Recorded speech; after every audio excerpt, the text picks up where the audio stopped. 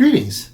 Now, I know that there are those of you out there who have either read my introduction to this channel or listened to my trailer or previous episodes and say, hey man, where are all these great pictures that you talked about? I haven't seen very many of them in your videos. Well, I've got a special treat for you because today we have quite a few photos, especially toward the end of the video, that I think you'll find quite interesting, so stay tuned for that. The term jazz means different things to different people. If you fell in love with the jazz of the 40s, 50s, and 60s, you'll associate jazz with the rise of bebop instrumentalists like Thelonious Monk or John Coltrane, and maybe singers like Ella Fitzgerald or Billie Holiday. Contemporary jazz fans may think of George Benson or Grover Washington Jr. or Diana Krall or Nora Jones. The jazz of the 20s and 30s was actually quite different than what we usually think of as jazz. When I first started listening to the music of my Uncle Ben and his contemporaries, my first thought was Saturday morning cartoons. As it turns out, that wasn't far off the mark. In fact, Warner Brothers cartoons in particular borrowed heavily from the catalogs of early jazz artists like the Raymond Scott Quintet, Rudy Vallee, and Ray Noble and his orchestra. And most of those songs are upbeat and uplifting, and for those with fond memories of those old cartoons, it's hard not to smile when listening to these old songs. But back to the topic at hand. As I mentioned in my last video on the topic, the popularity of jazz in Europe rose steadily at the end of the First World War as more and more Europeans became exposed to the genre. The first exposure many of them had was to the traditional jazz sounds of black musicians like Louis Armstrong and Jelly Roll Morton, King Oliver, and even white groups like the original Dixieland Jazz Band, who interestingly enough spelled jazz with two S's instead of Z's. And the New Orleans Rhythm Kings. These early tunes tended to combine elements of ragtime, traditional brass band music, blues, and spirituals. And there's a fine line between ragtime and early jazz, and in fact in many of the arrangements that are now considered to be jazz standards for the time, such as the Tiger Rag by the original Dixieland Jazz Band and the 12th Street Bag by Uday Bowman, have the term in the name. W.C. Handy, a well-known vaudeville performer and recording artist, was perhaps the most influential of these artists who melded the blues and ragtime to produce an exciting new sound. One of the first musicians, and probably the most influential of the early jazz movement, would have to be Louis Armstrong. Louis was born in New Orleans, Louisiana on August 1st, 1901, and by 1918 he was playing professionally in brass bands on the riverboats that plied the Mississippi River. In 1922, he moved to Chicago at the invitation of King Oliver and began playing with Oliver's Creole Jazz Band. And then in 1924, he parted ways with King Oliver and went to New York to play with the Fletcher Henderson Group. In 1925, Armstrong returned to Chicago and formed his own group, the Hot Five. Another one of the early jazz pioneers was Ferdinand Joseph Lamoth, better known as Jelly Roll Morton. Like Armstrong, he was born in New Orleans, but he actually preceded Armstrong by 21 years, having been born in 1880. And although not quite as famous as Armstrong, he actually was more transformative than the younger man. In fact, Jelly Roll was a pianist who once proclaimed that he invented jazz. And while that's certainly an exaggeration, he did have a huge role in the transition of ragtime into what we came to recognize as jazz. Now, one of the most important innovations to come from Jelly Roll was his ability to demonstrate that jazz could be arranged in much the same way as other genres of music. Now, this had proved elusive up to this point because jazz is based largely on improvisation, so that makes jazz arrangements so much more challenging. But in that sense, he was key to the early jazz movement.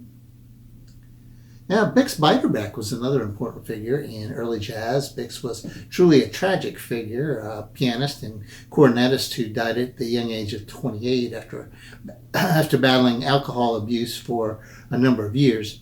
Now, Bix was a true prodigy, teaching himself to play cornet as a teenager and playing professionally before even finishing high school. His recording output during his brief career was impressive, having been in studio with such acts as the Wolverines, Gene Goldkett, Frankie Traumbauer, Adrian Rollini, and Paul Whiteman. His claim to fame is in the uniqueness of his playing. The Cedar Rapids Evening Gazette and Republican, August 11, 1931, noted, "In his mind were conceived the wild, strange contortions of rhythm and harmony which established the basic motif of popular music of the year ago." Another New Orleanian, Sidney Bechet, born in 1897, was the first to develop the swing style of jazz. Bechet was important in bringing jazz to the attention of a European audience to the extent that it had never enjoyed before. He was part of a touring company known as the Revue Negre, which arrived in France in 1925. Now, this company featured many black jazz performers, including Josephine Baker and dancer-actor Joe Alex. This revue eventually toured all of Europe, as far east as Russia. Of course, this by no means is a comprehensive list of the early jazz artists, but the point of this was to sort of set the scene of what jazz was like in the United States early in the 1920s and how it migrated to Europe. It can safely be said that the first real exposure Europeans had to jazz music was when the Regimental Band of the United States Army's 369th Infantry Regiment, the Harlem Hellfighters, came over to fight in World War I. At the time, the United States Army was strictly segregated, and all of the musicians in the Harlem Hellfighters were African American. Interestingly enough, the Harlem Hellfighters were not just musicians, they were actually soldiers, and the Hellfighters saw more continuous combat and suffered more casualties than any other U.S. military unit during World War I. Now, the leader of the 369th Regimental Band was Lieutenant James Reese Europe. In February and March of 1918, Europe and his band traveled over 2,000 miles in France, performing for British, French, and American military audience, as well as French civilians. They also recorded in France for Path Records. They were widely applauded, especially in France, who took to this new style of music with great enthusiasm. The original Dixieland Jazz Band was an all-white jazz act that toured Britain in 1919 and 1920, and while generally frowned upon by conservative British public, others, particularly the young, war-weary, and those in search of something new and exotic, embraced jazz. As mentioned earlier, Sidney Bechet was one of the first artists to really embrace all of Europe, not just in the UK. He performed with Will Marion Cook's orchestra during its European tour of 1919. And then in 1924, he returned to Paris, accompanying Josephine Baker from 1925 to 1929. Also part of this early jazz invasion was Paul Whiteman. Whiteman, a violinist, made a name for himself primarily in San Francisco from around 1918, and he later moved his orchestra to New York, where he began recording for Victor Records. He was immensely popular in Europe, however, it is unclear from the information I have available when he and his orchestra first toured Europe, but I do know that in 1926, Paul Whiteman was on tour in Western and Central Europe, including the Netherlands, Switzerland, and Austria. Now, I should be clear that these were not the only jazz acts touring Europe at this point, merely some of the more prominent ones, just as the Beatles and the Rolling Stones were not the only bands playing rock and roll in the early to mid-60s. There were plenty of rock groups playing at the time, but not everyone knew who they were. There were many jazz groups cutting their teeth on the European jazz scene, and so there was a lot of opportunity for cross-pollination. One of the hard-working American bands that was there was Frank Garante's world-famous Georgian. Garante's orchestra was made up primarily of American musicians, but was nominally based in London. And here are some of the photos of them during the mid-1920s, which was their heyday. They had toured a number of European cities, but they were particularly popular in the Netherlands and Switzerland. Trombonist Ben Pickering joined the band in 1926 after their original trombonist had left them in a lurch. These photos and many of those I will be showing were from his time with the Georgians and early other jazz acts throughout Europe.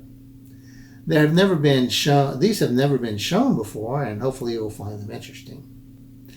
Now, I mentioned cross-pollination, and there were a number of European jazz band leaders who took their cue from these early jazz performers and founded and led their own bands. Among them were Mark Webber, Paul Godwin, Efim Schackmeister, Ben Berlin, and De Hezbollah. Now, one of the interesting features of these bands is that they frequently employed musicians from the United States. Now, whether that was that the band leaders thought that they would get a more authentic performance from American musicians, or if the improvisational nature of jazz was something difficult for the classically trained Europeans to master is up for debate. The reality is that was probably a combination of the two, and that there were really many musicians of European origin who were quickly adapting to the jazz sound. Now, before long, most major cities had at least one venue featuring jazz performances, and of course, most of the resort towns, London, Paris, Rome, and Geneva, were all hotbeds of jazz, and of course, Berlin. Now, Berlin was a special case. In fact, I have a whole episode planned on the artistic magnificence, decadence of Berlin during the Weimar era, so you'll definitely want to tune into that. So that's kind of a thumbnail on the introduction of jazz in the 1920s and 30s in Europe. Now, obviously, there's a lot more there to unpack, and we'll get into that as well. And there were sort of regional flavors that got mixed in and well that led to many evolutions in the music. Many of those ultimately led to the swing of the late 1930s and 40s. Now, before leaving, I want to talk about one of the real hotspots for tourism in the 1920s and 30s, particularly for the rich and famous, and that's St. Moritz in the Swiss Alps. It was kind of like the Palm Springs or Monte Carlo of the day, only much colder. Of course, the jet set of the day wanted their jazz, and they certainly got it. Hotels and nightclubs were alive almost 24/7 with the sounds of music. I have a number of interesting pictures from one of Ben Pickering's getaways to St. Moritz in 1927. So I'll go ahead and go through these.